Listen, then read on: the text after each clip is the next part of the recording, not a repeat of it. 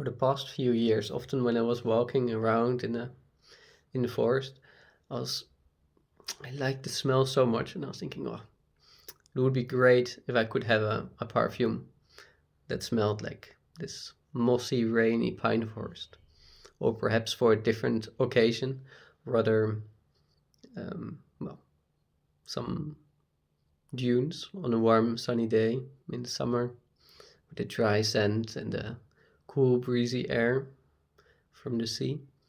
I was looking online if I could find anything like that, but not really. And so I was thinking, well, how hard can it be to make it myself? Well, I don't know yet, but I'm gonna try. And I thought it would be nice to share a bit of this process as well with you. All right. Okay, so what I've done, let me move a little bit. I'm actually gonna switch the camera around. All right, I've bought a few things. So, of course, important, oils. I want it to be a natural perfume. So I'm just gonna use natural oils. Yeah, also because I want it to resemble nature. So I should be able to find all the smells within nature as well. Because of course nature doesn't smell like more than nature.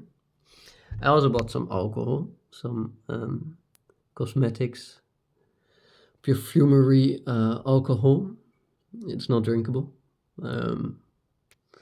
And what else? Oh yeah, so I needed a lot of these small test bottles, because I don't want to just mix some things together and then hope for the best. I thought it would be nice to try to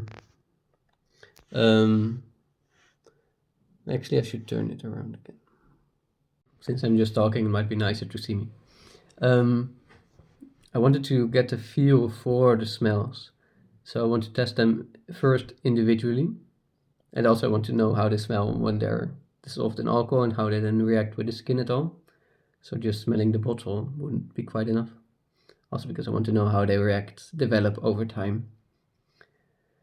So yeah, that's why I got the alcohol and the oils, and then a lot of these small bottles. I think I got 30 of them.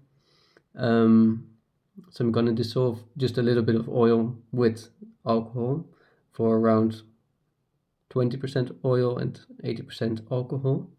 That's generally the ratio that they use for perfume as well. And so then I'm gonna test it, spray it on some paper or my skin. I think mostly I'll have to rely on paper, because I mean, I filled some bottles and I have 24 bottles. I would have to mark my skin and then all over my body and then spray it separately so it doesn't mix and I know what is what. Don't like that idea so much. I think that's a bit impractical, so I'm not going to do that. But yeah, and I did develop a nice system. Let me turn it around once more. All right, so to help me with this process, I got pipettes. So these things. I don't know if I actually need them. I initially thought I did, but I didn't really use them so much. Just for 2, I think, that were very thick. Let's see, the cederhout, I think, or the sandalwood. That was very thick, so it didn't really come out of the bottle, so I needed the pipette. But I planned to use all of them, that's why there's so many. So I took a box and, yeah, actually literally drilled holes in it, in the cardboard, in the right size. Put a paper towel inside, so that anything that leaks out will be absorbed. Then I did something similar with another cardboard box for all the little bottles. And then I marked it, so the bottle in there has a certain number. And then I also put some tape around the bottles, and then marked the tape, so I would know what is in which bottle. And of course then I also needed to keep an overview of that, and that's what I'm doing here. I hope the laptop screen is visible, because sometimes, of course, with photos or videos from a screen, it doesn't quite go so well. But yeah, so I made an Excel sheet. On the left, first here it has all the bottle numbers, then the date of production. It has the name, which most of the time is just the name of the oil.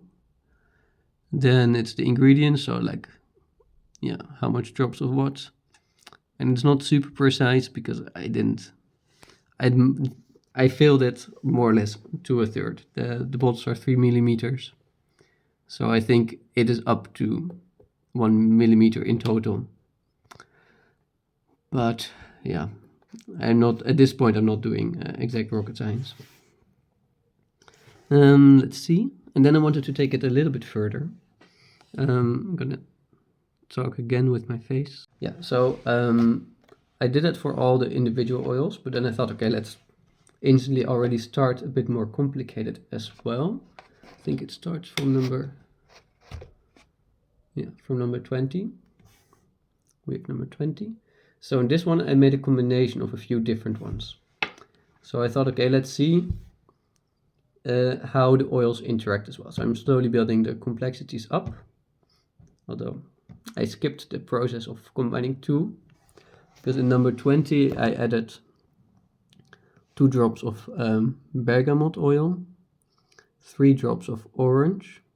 It was actually meant to be 2 drops, but accidentally turned into 3. And then there's 1 drop of lavender. I wrote it in Dutch. Translation didn't work so well in my mind. And there's 1 drop of rosemary. So this is supposed to be a bit of a citrusy and herbal mix. I also used a bit of AI to help me develop my sense of perfumer's smell. It's like, okay, what can this mix teach me? What should I pay attention to?